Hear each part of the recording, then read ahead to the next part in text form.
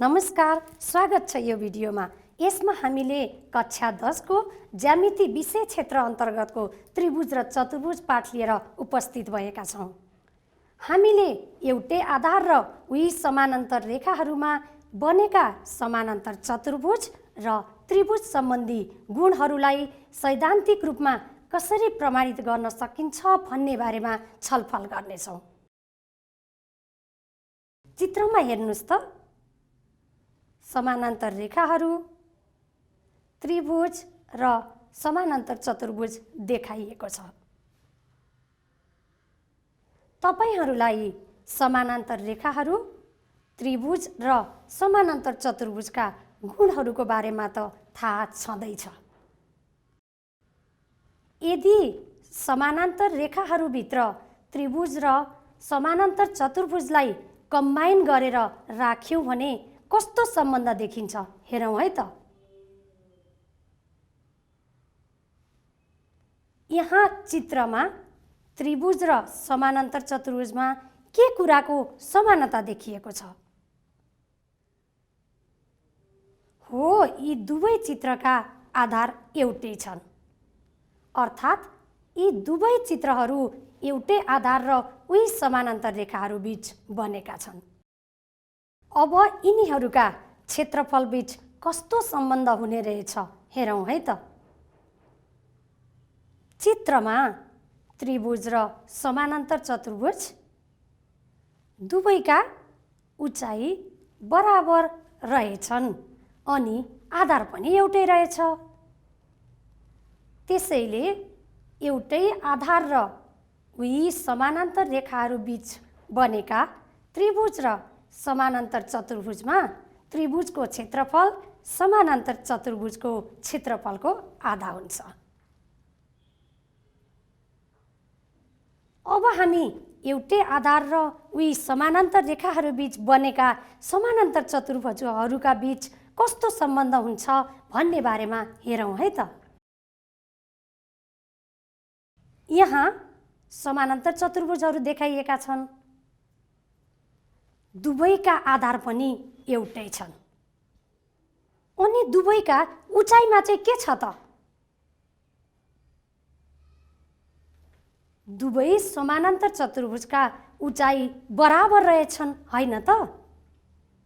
हो, त्यसैले एउटै आधार र उही समानान्तर रेखाहरू बीच बनेका समानान्तर चतुर्भुजहरूका क्षेत्रफल पनि बराबर हुन्छन्। यसैगरी अब हामी अर्को गुणका बारेमा छलफल गर्नेछौं। एउटै आधार र उही समानान्तर रेखाहरू बीच बनेका त्रिभुजहरूका बीच कस्तो सम्बन्ध हुन्छ त हेरौं है। यहाँ चित्रमा एउटै आधार र उही समानान्तर रेखाहरू बीच बनेका त्रिभुजहरू देखाइएका छन्। यिनीहरू दुवैका उचाइ के छन् त? यी दुवैका उचाइ बराबर रहेछन्। त्यसैले एउटै आधार र उही समानान्तर रेखाहरू बीच बनेका त्रिभुजहरूका क्षेत्रफल पनि बराबर हुन्छन्। अब भने हामी यिनै गुणहरूलाई सैद्धान्तिक रूपमा कसरी प्रमाणित गर्न सकिन्छ भन्ने बारेमा छलफल गर्नेछौं। पहिलो गुण, एउटै आधार र उही समानान्तर रेखाहरू बीच बनेका समानान्तर चतुर्भुजहरूका क्षेत्रफल बराबर हुन्छन्। यसका लागि सबैभन्दा पहिले चित्र बनाऊ। अब चित्र हेर्नुस् त, चित्रमा के दिइएको छ त्यसलाई हामी थाहा दिइएकोमा लेख्नेछौं। एउटै आधार BC र उही समानान्तर रेखाहरू BC र AX बीचमा बनेका समानान्तर चतुर्भुजहरू ABCD र BCXY छन्। अनि हामीले प्रमाणित गर्नुपर्ने चाहिँ के छ त? हो, समानान्तर चतुर्भुज ABCD को क्षेत्रफल बराबर समानान्तर चतुर्भुज BCXY को क्षेत्रफल हुन्छ। अब हामी त्रिभुज एबिवाई र त्रिभुज डिसिएक्स लिन्छौँ र यी दुईवटा त्रिभुजहरूलाई अनुरूप गरेर देखाउँछौँ। चित्रमा हेर्नुहोस् त, एबी इजिकल टु सिडी छ। सच एबिसिडीका विपरीत भुजाहरू भएकाले एङ्गल बिएवाई इजिकल टु एङ्गल सिडिएक्स छ। एबी समानान्तर सिडी छ, त्यसैले सङ्गत कोणहरू बराबर हुन्छन्। एङ्गल एवाइबी इजिकल टु एङ्गल सिएक्सडी हुन्छ। बिवाई समानान्तर सिएक्स छ, त्यसैले सङ्गत कोणहरू बराबर हुन्छन्। त्रिभुज एबिवाई अनुरूप भयो त्रिभुज डिसिएक्ससँग भूकोणको तथ्यबाट। त्रिभुज एबिवाई बराबर त्रिभुज डिसिएक्स हुन्छ, किन अनुरूप त्रिभुजका क्षेत्रफलहरू बराबर हुने भएकाले। अब चित्रमा हेर्नुहोस् त, एबिवाई र डिसिएक्स दुवैमा हामी बीचमा भएको भाग समलम्ब चतुर्भुज बिसिडिवाईलाई जोड्नेछौँ। जोड्दा के आउँछ? हो, त्रिभुज एबिवाई प्लस समलम्ब चतुर्भुज बिसिडिवाई भनेको समानान्तर चतुर्भुज एबिसिडी हो र त्रिभुज डिसिएक्स र समलम्ब चतुर्भुज बिसिडिवाई भनेको समानान्तर चतुर्भुज बिसिएक्सवाई हो। किन? चित्रमा दुईवटा टुक्राहरूलाई जोडेर सिङ्गो टुक्रा आएको छ, त्यसैले यसलाई सिङ्गो टुक्रे तथ्य भनिन्छ। यसैलाई हामी अर्को तरिकाबाट पनि प्रमाणित गर्न सक्छौँ। यसलाई वैकल्पिक तरिका पनि भन्न सकिन्छ। यसका लागि हामी अघिकै चित्रमा बिन्दु डीबाट बिसीमा लम्ब डिई खिचौँ। अब हेर्नुहोस् त, समानान्तर चतुर्भुज एबिसिडीको क्षेत्रफल कति हुन्छ? हो, एबिसिडीको क्षेत्रफल बराबर बिसी इन्टु डिई हुन्छ। किन? समानान्तर चतुर्भुजको क्षेत्रफल आधार र उचाइको गुणनफल हो नि। त्यस्तै गरी अर्को समानान्तर चतुर्भुज हेर्नुहोस् त, बिसिएक्सवाई। यसको क्षेत्रफल के हुन्छ त? यो पनि बिसी इन्टु डिई नै हुन्छ। किन? समानान्तर चतुर्भुजको क्षेत्रफल आधार र उचाइको गुणनफल हुने भएकाले। दुवै समानान्तर चतुर्भुजको क्षेत्रफल बराबर आयो, त्यसैले हामी के लेख्न सक्छौँ? समानान्तर चतुर्भुज एबिसिडी बराबर समानान्तर चतुर्भुज बिसिएक्सवाई। अब हामी दोस्रो गुण अर्थात् दोस्रो साध्य सैद्धान्तिक रूपमा कसरी प्रमाणित गरिन्छ भनेर छलफल गर्दैछौँ। एउटै आधार र उही समानान्तर रेखाहरू बीच बनेका त्रिभुज र समानान्तर चतुर्भुजमा त्रिभुजको क्षेत्रफल समानान्तर चतुर्भुजको क्षेत्रफलको आधा हुन्छ। सबैभन्दा पहिले त हामीले चित्र बनाउँछौँ। अब हेर्नुहोस् त, चित्रमा दिइएका चिजहरूलाई हामीले थाहा दिएकोमा लेख्नेछौँ। एउटै आधार बिसी र उही समानान्तर रेखाहरू बिसी र एडीका बीचमा रहेका समानान्तर चतुर्भुज बिसिडिई र त्रिभुज एबिसी छन्। हामीले प्रमाणित गर्नुपर्ने चाहिँ के हो त? हो, त्रिभुज एबिसीको क्षेत्रफल समानान्तर चतुर्भुज बिसिडिई को क्षेत्रफलको आधा हुन्छ। यसका लागि हामीलाई रचनाको पनि आवश्यकता पर्छ। रचना, अब हामी एबीसँग समानान्तर हुने गरी रेखा सिएफ खिचौँ। अब एबिसिएफ समानान्तर चतुर्भुज बन्यो, किनकि यसका विपरीत भुजाहरू समानान्तर भए। सच बिसिडिई बराबर सच एबिसिएफ हुन्छ। किन? चित्रमा हेर्नुहोस् त, हो, दुवै एउटै आधार बिसी र उही समानान्तर रेखाहरू बिसी र एडीका बीचमा छन्। त्रिभुज एबीसीको क्षेत्रफल सच एबीसीएफको आधा हुन्छ। किन विकर्ण एसीले सच एबीसीएफलाई आधा गर्ने भएकाले त्रिभुज एबीसीको क्षेत्रफल सच बीसीडीएफको आधा हुन्छ। किन तथ्य नम्बर 1 मा सच बीसीडीई र सच एबीसीएफ बराबर छन् नि त, त्यसैले।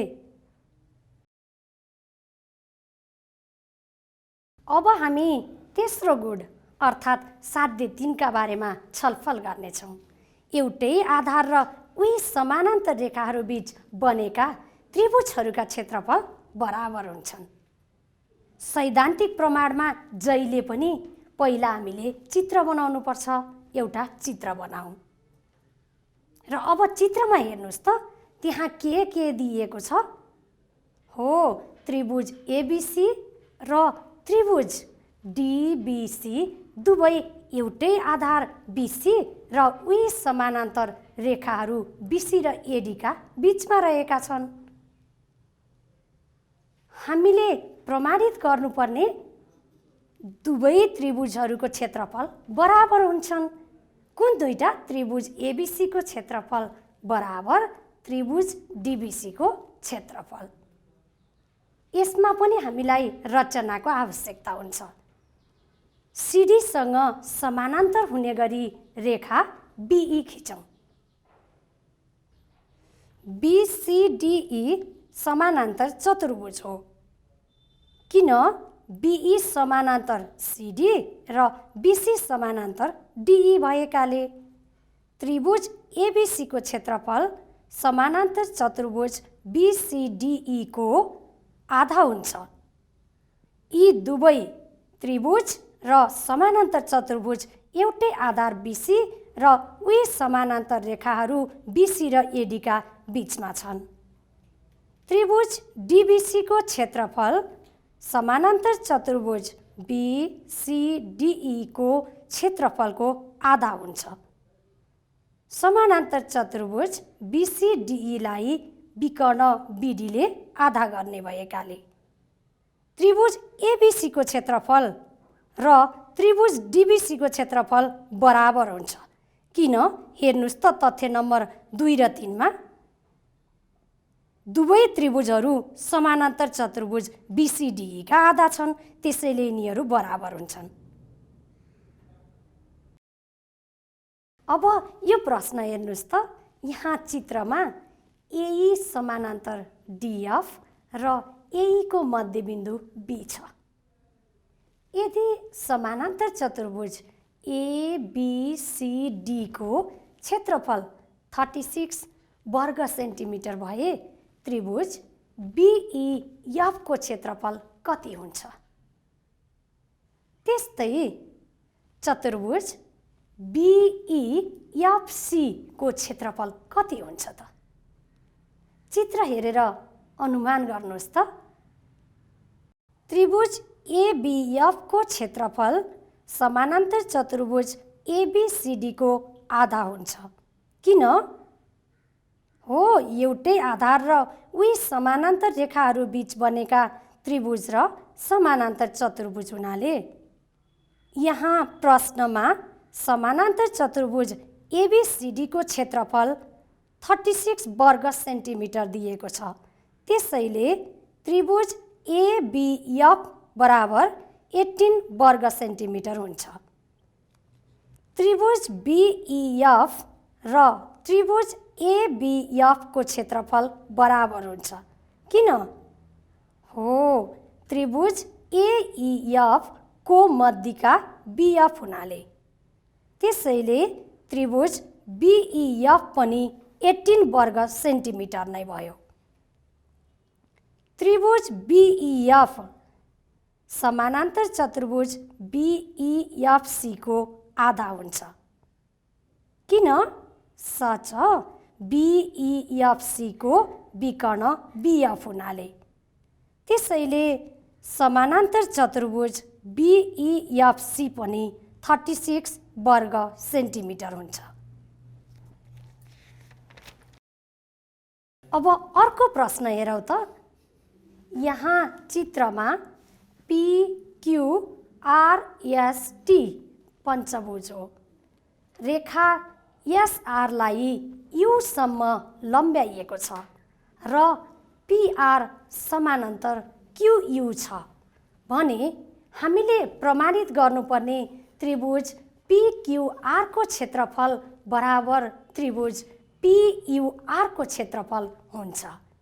अर्को हामीले चतुर्भुज PTSU को क्षेत्रफल बराबर पञ्चभुज PQRST को क्षेत्रफल बराबर हुन्छ भनेर पनि प्रमाणित गर्नुपर्नेछ। त्रिभुज PQR र त्रिभुज PRU को क्षेत्रफल बराबर छन्।